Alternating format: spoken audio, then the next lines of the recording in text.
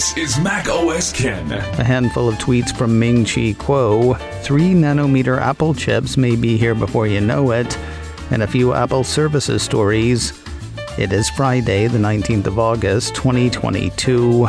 I'm Ken Ray, and this is news from Mac OS Ken, brought to you by yours truly and sponsored by SimpliSafe. Get a free indoor security camera plus 20% off with interactive monitoring at simplysafe.com/macOSKen. This show is also supported by people like you, patrons through Patreon.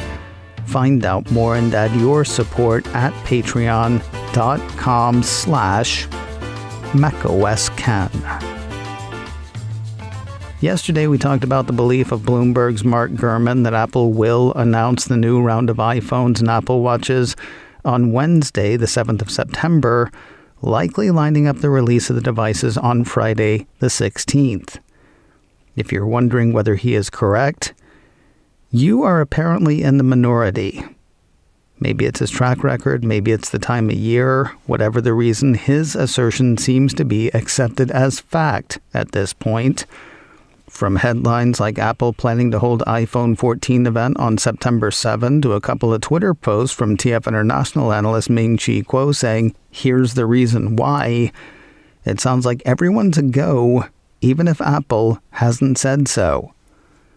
Let's check in with young MC. According to his first post, the iPhone 14 announcement shipping date may be earlier than iPhone 13 and 12, which could be one of the reasons why Apple offered a positive outlook for the third quarter of 2022 from the last earnings call.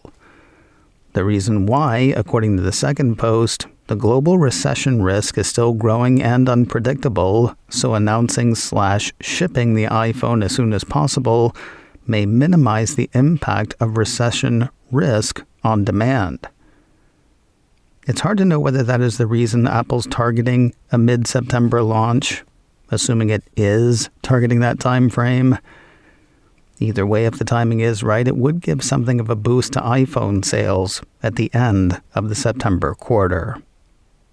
From quietly contemplative over the iPhone launch to downright argumentative over Apple Watch, Nikkei Asia ran a report midweek on Vietnam making Apple Watch and MacBook for the first time ever. So said the headline, for the first time ever. TF International analyst Ming-Chi tweets to differ. We'll start with the Nikkei piece. Quoting the first two paragraphs, Apple is in talks to make Apple Watches and MacBooks in Vietnam for the first time, marking a further win for the Southeast Asian country as the U.S. tech giant looks to diversify production away from China. Apple suppliers Luxshare Precision Industry and Foxconn have started test production of the Apple Watch in northern Vietnam with the aim of producing the device outside of China for the very first time, 3 people with direct knowledge of the matter told Nikkei Asia.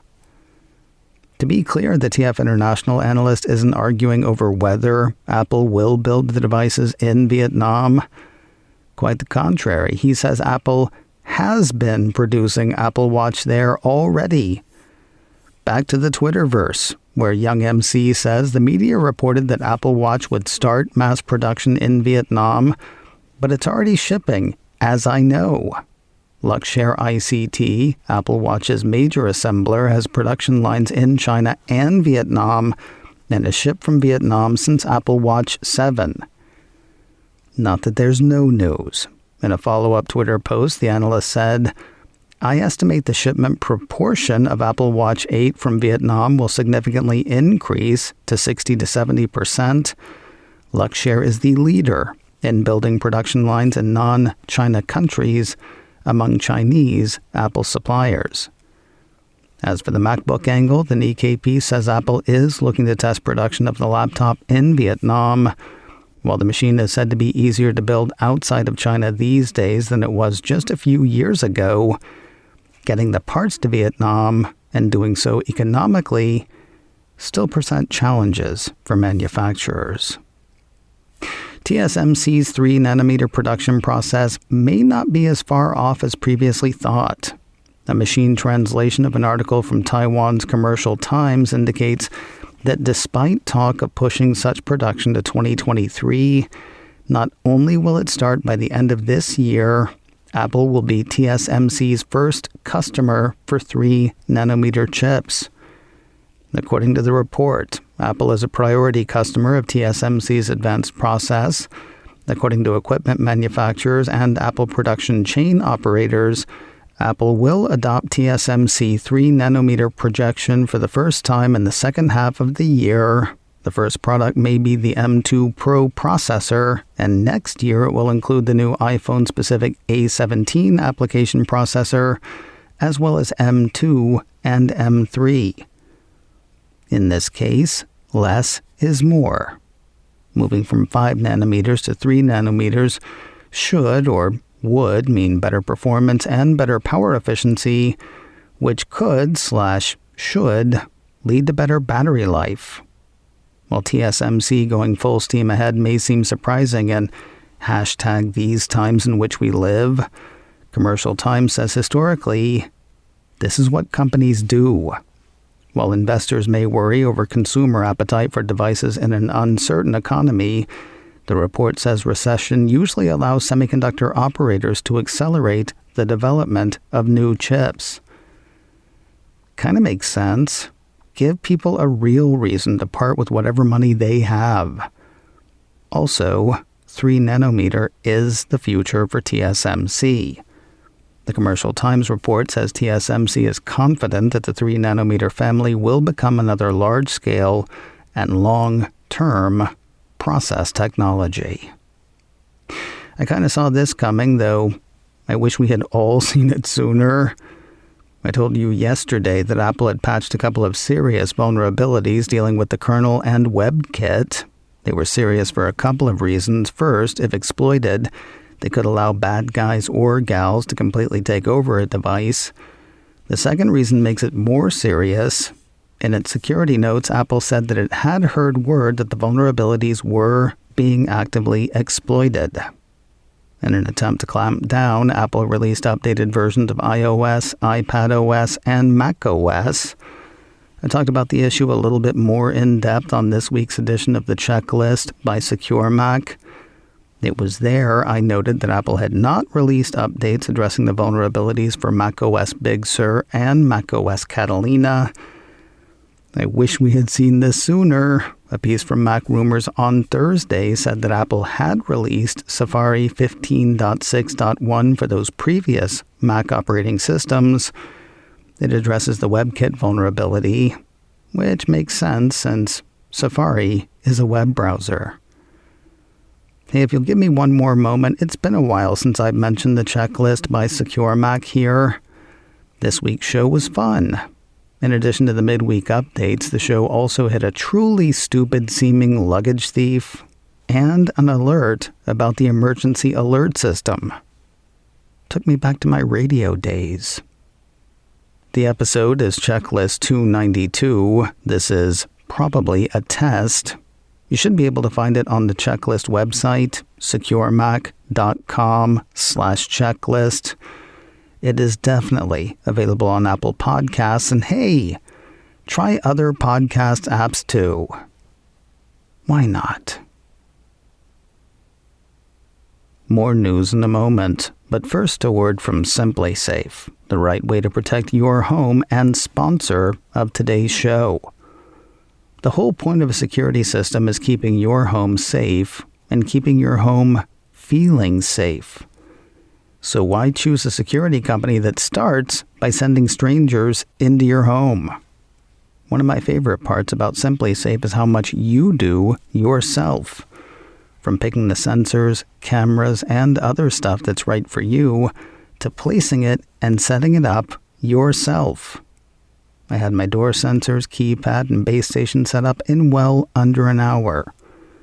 Amazingly simple. Now, when that's done, SimpliSafe goes to work. With round-the-clock professional monitoring, SimpliSafe's agents call you as soon as they see a problem and send police or first responders in an emergency, even if you're not there or can't be reached. Their customer-first policies make sure you're taken care of with affordable plans starting at less than $1 a day, no long-term contracts, and no hidden fees. Find out more. Customize the perfect system for your home in just a few minutes at simplysafe.com/macOScan. Go today and claim a free indoor security camera plus 20% off with interactive monitoring. SIMPLI. Go to simplysafe.com/macOScan. Apple One as incentive. A piece from the Mac Observer says the UK carrier EE is adding the Apple One individual tier to one of its wireless plans. The revamped Full Works for iPhone plan includes subscriptions to Apple Music, Apple TV Plus, and Apple Arcade, as well as 50 gigabytes of iCloud storage on the Apple side. Additionally, customers get a Roam Abroad pass that lets them use their plan in Australia, Canada, the EU, Mexico, New Zealand, and the US the same way they would in the UK. The offer goes live on the 31st of August. TMO says the EE move makes it the first carrier to offer an Apple One bundle as an incentive for subscribers. News of another award for Apple, specifically Apple Card. Apple Insider says the Goldman Sachs issued Totally Tech credit card has ranked first in customer satisfaction in a J.D. Power survey for the second year in a row. I mean, not technically, but pretty much. Technically, the piece says among mid-size issuers, Goldman Sachs topped the charts with a customer satisfaction rating of 843 in the J.D. Power U.S. Credit Card Satisfaction Study. That said, Apple Card is one of only 2 cards to which Goldman is tied, the other being a co-branded card with General Motors. As such, the piece says, customer satisfaction ratings are likely heavily influenced by consumer experience with Apple Card. Certainly Apple seems to think so. They put out a press release about it. Good news is good news, and Apple and Goldman must have been happy to hear this. The last headlines tied to the bank's consumer credit side came a couple of weeks ago. That's when Goldman Sachs disclosed that its credit card business is being investigated by the Consumer Financial Protection Bureau over a range of billing and payment practices. Is it a boost for podcasts or a boost for Apple services? Trick question, it's both. TechCrunch says Apple on Thursday launched 2 new top charts for paid podcasts. According to the piece, the top subscriber shows list includes 100 paid shows, and the top subscriber channels list has 100 paid channels with 2 or more shows. The piece says the 2 new charts will be available to users in Australia, Canada, the UK, and the US. You got to be kind of current with your operating systems, though. TechCrunch says the charts will turn up in Apple Podcasts on iPhone and iPad running version 15.6 or later of their software, as well as Macs running macOS 12.5 or later. And finally today, if there's a musician in you dying to get out, I hate that visual, let's try again. If there's a musician in you, nope, I'm stuck with it. If there's a musician in you dying to get out, go and update GarageBand. iDownload blog says Apple this week launched a pair of new GarageBand remix sessions featuring K-pop supergroup 17, as well as American singer and songwriter Katy Perry. It's pretty much what it sounds like, letting users remix the Perry song Harley's in Hawaii or the 17 song Darl plus Ing to sound like what you want. I assume that includes raising, lowering, and modifying what's already in the song. Additionally, Apple's press release on the addition says, using GarageBand's popular Live Loops interface to remix, anyone can quickly rearrange and add new elements to the songs while keeping everything in sync with tempo and key. No music theory expertise required.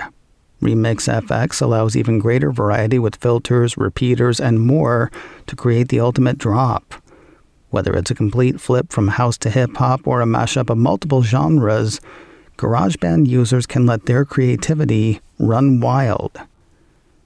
Sorry, that's probably more than you needed, but I'm an amateur audio nerd, and that sounds like fun. Here's what else is fun. The remix sessions are free, and iDownload blog says they come with step-by-step video instruction.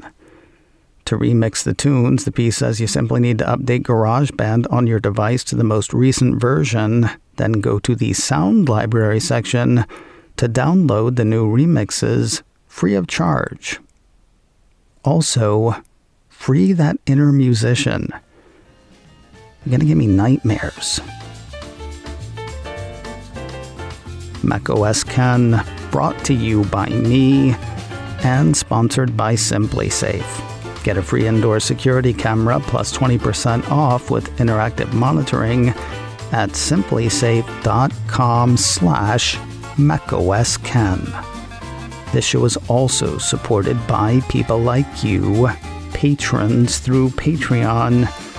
Find out more and add your support at patreon.com/macOSKen. Advertising handled by Backbeat Media, online at backbeatmedia.com. You can reach me a couple of ways. Info at macosken.com or call 716-780-4080. Until next time, that is news from macOS Ken. I'm Ken Ray.